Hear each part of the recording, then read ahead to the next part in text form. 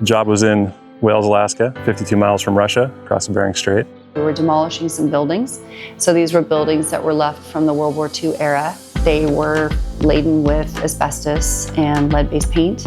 Dangerous area for folks to be around, for kids, for families of that community. Chemtrack's job was to show up there, abate all the contaminants, lead-based paint off the walls, the mastic, asbestos-containing material on the floors, demo all the buildings, transport all the debris 16 miles across the mountains to a barge landing area in Tin City, Alaska, containerize it all, and barge it all out of there. It's very difficult remote work, so you really need to love what you're doing.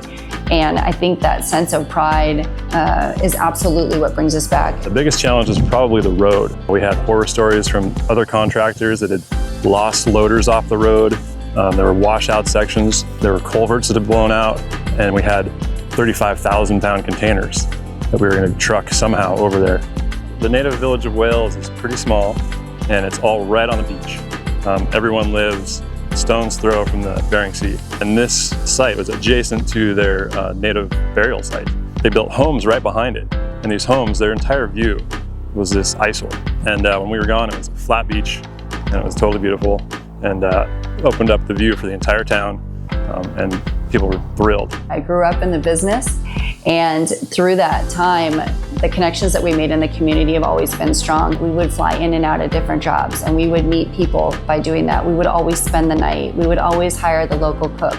We would always try to rent local equipment if we could, local hires if we could. One of the quotes that came back through that has resonated with us is an elder in the community said they never thought they would see their beach back to the way it was in their lifetime. And that is such an impactful statement for us, that we were able to return something to the indigenous folks of our land to what their ancestors knew and had.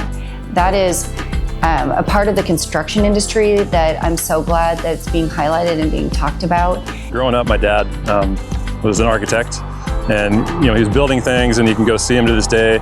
And he won all these awards, and he was always talking about it. And the most exciting thing for me about this is that I can tell him that I won an award. I had an amazing team of guys out there.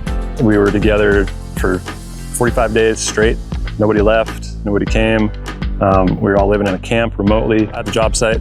And it was a drama-free experience, and the team really pulled it off. The defense industry base, we're a 90% federal contractor, are the small businesses. We are the ones that are out there that are able to be agile, that are able to work for large businesses as well as subcontractors, but can also be prime contractors and have that fulfillment level. So we are at the top of the podium being recognized, and that's not out of an ego or a need, but it was really to show the work that small businesses can do and the impact that they can make on their land and their community. That's a massive feeling of just internal happiness for myself and for everybody that works here. It's a big deal. I hope it encourages others to look at the small business and the medium-sized business for work.